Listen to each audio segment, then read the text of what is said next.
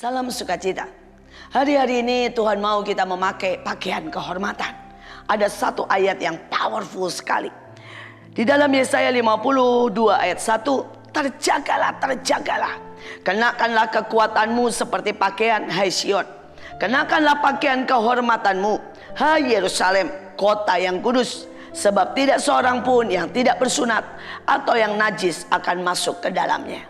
Saudara, tiba-tiba ada ayat yang berkata, terjaga, terjagalah, kenakan kekuatanmu seperti pakaian. Saudara, ada banyak orang berkata, apa maksudnya? Saudara, banyak orang yang hari-hari ini belum terjaga. Dia masih tidur, dia masih letih, dia masih berpikir semuanya akan baik-baik saja. Dalam bulan ini 1 Januari saudara 2022 sampai hari ini sudah terjadi lebih dari 300 saudara 17 kali gempa, bencana alam dan masalah. Saudara, dalam itu cuma di Indonesia, Saudara, sedangkan di luar negeri lebih banyak lagi. Saudara, dan baru-baru ini kita mendengar kerusuhan demi kerusuhan. Tiba-tiba terjadi di Papua, di Sorong saudara. Tetapi juga di Dayak, tetapi juga di Ambon. Ada begitu banyak orang yang tiba-tiba sangat brutal. Ada seorang kakek yang saudara diteriakin maling dan dipukuli saudara. Bagaimana hari-hari ini saudara dan saya bisa tenang-tenang saja? Sudah waktunya terjaga. Sudah waktunya wake up, bangun. Dan kita mulai mengenakan pakaian kekuatan. Apa itu pakaian kekuatan? Pakaian kekuatan dalam hari mulai dari sejak pagi hari. Berdoa dan membuat tembok di sekeliling hidup kita. Hari itu ada seorang yang mengeluarkan sebuah guna-guna. Dan dia mengirimnya saudara dan disantet untuk mati. Supaya dia bisa mendapat dan mengambil posisi sebagai seorang direktur sebuah persaingan panas di dunia saudara, ekonomi tapi juga waktu itu di politik. Dan teman saya orang yang tidak ambisius, tetapi dia memang menduduki posisi-posisi strategis, basah karena dia terkenal jujur. Dan dia cuma setiap pagi membaca Alkitab, dia membaca deklarasi. Saudara, dia mengangkat perjanjian. Dia sebutkan, Tuhan, biarlah perjanjian kasih setia, bahwa Engkau yang tidak akan meninggalkan aku sekalipun aku ini melakukan banyak kesalahan. Dia angkat, inilah perjanjian-Mu Tuhan. Perjanjian bahwa Engkau gunung batu yang berjaga-jaga. Engkau tidak pernah terlelap penjaga Israel. Saudara, tiap pagi dia mengucapkan itu. Dia juga berkata, tiap pagi aku minta hikmat dari Tuhan. Aku minta kekuatan. Dan tanpa dia sadari, pada waktu seorang temannya berkata, kamu pakai apa? Dia berkata, saya tidak pakai apa-apa. Kamu pasti pakai ilmu. Dia bilang, kenapa? Dia bilang, maafkan saya. Saya coba berkali-kali menyantet dan orang di tempat ini, di kantor ini membicarakanmu. Karena mereka mencoba menyantet. Tapi di sekeliling hidupmu, di sekeliling keluargamu, di sekeliling rumahmu, ada ribuan mantra, tulisan-tulisan yang terus berputar. Dan itu menjadi tembok yang luar biasa, tidak bisa tertembus apapun. Dan pada waktu dia mendengar itu, dia tahu itulah doa-doa. Itulah perjanjian-perjanjian yang dia ucapkan. Itulah deklarasi-deklarasi. Dan itulah pakaian kekuatan yang membuat tidak bisa diterbusi oleh kuasa kegelapan apapun. Sekali lagi, ini bukan zaman masa yang tenang. Tetapi ini adalah masa di mana kita perlu wake up dan berjaga. Ada satu lagi kesaksian. Seorang bapak, hari itu dia ada di Palu. Dan kita tahu tiba-tiba Palu gempa dengan luar biasa. Dan pada waktu dia sedang mengalami gempa, dia ada di jalan. Dia ada di jalan. Tetapi sekali lagi dia tinggal berdoa, dia menyanyi sekeras-kerasnya. Bahkan dia berkata, Tuhan, kalau ini waktunya aku pulang, aku akan pulang. Dan tiba-tiba saudara, Tuhan berkata, itu ada pohon.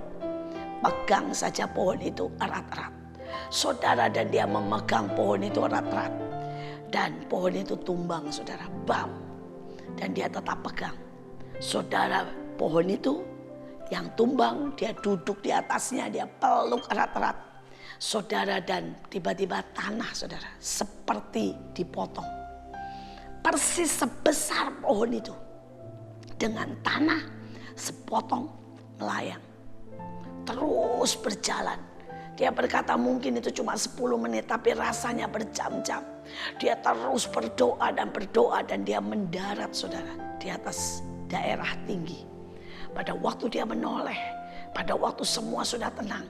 Karena dia cuma tutup mata berdoa dan terus berdoa. Saudara, dia kaget.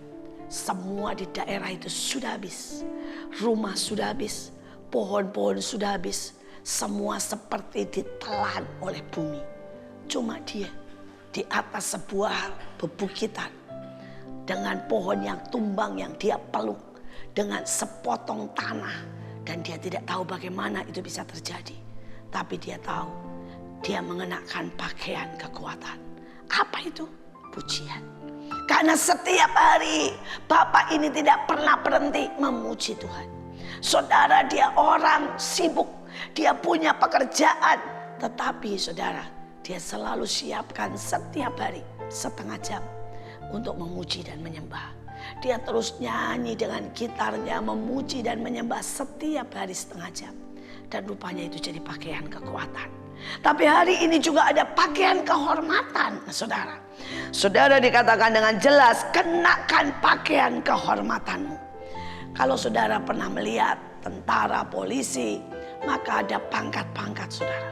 Baik itu bintang, baik itu tanda saudara melati, tetapi juga ada sebuah lempengan atau kotak di bahunya, di dadanya. Saudara, dan itu berukisan tanda demi tanda. Itu adalah tanda di mana engkau pernah pergi ke satu daerah. Engkau pernah menghadapi teroris. Engkau pernah membagikan sesuatu makanan atau merubah keadaan di mana engkau datang ke situ dan engkau membuat sumur. Saudara, semua ada tandanya. Dan sekali melihat mereka yang biasa tahu satu strip artinya apa, saudara, warna hijau artinya apa, warna kuning artinya apa, warna merah artinya apa. Dan itulah yang disebut pakaian kehormatan. Apakah ada itu di hidup kita? Apakah orang akan melihat, ya, dia pernah pergi ke daerah, ya, dia pernah menginjil, dia pernah menolong orang-orang miskin, dan iblis, Tuhan, malaikat semua tahu. Mereka semua membaca itu dengan jelas. Tapi banyak dari kita tidak peduli. Banyak dari kita tidak pernah memakai itu. Tidak pernah lagi kita punya hati untuk menolong orang. Tidak pernah lagi kita mau ke daerah. Tidak pernah lagi kita melayani. Tidak pernah kita bahkan berperang. Tidak pernah kita menghadapi kuasa-kuasa kegelapan. Saudara, dan hari-hari ini, mari kenakan pakaian kehormatan. Jika saudara dan saya memakai pakaian kehormatan, maka saudara, iblis akan mundur dari hidupmu. Iblis gemetar, dia tahu siapa engkau. Saudara, itu saya pergi dipanggil untuk khotbah di satu daerah dan harus melewati sebuah sungai yang hanya dikendarai, saudara, oleh seperti perahu kecil. Saudara, dan yang menyetir perahu itu adalah seorang bapak dari suku Dayak.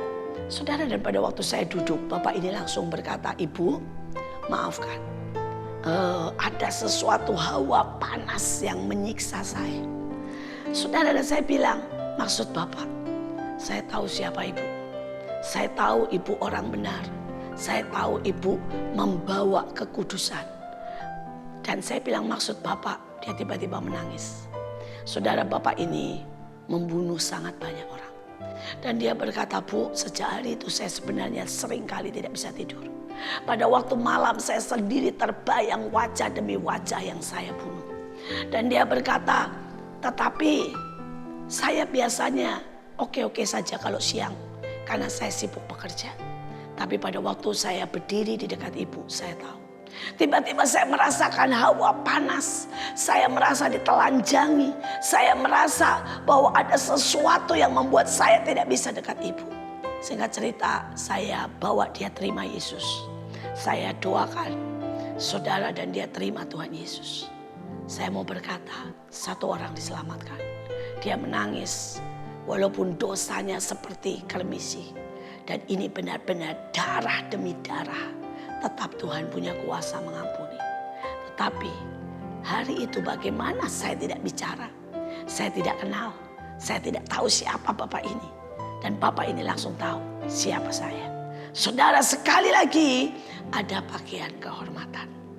Dan biarlah kita memakainya. Maka hidupmu akan terpancar. Orang akan melihat kemuliaan Tuhan akan nyata. Dan banyak orang diselamatkan. Tuhan Yesus memberkati.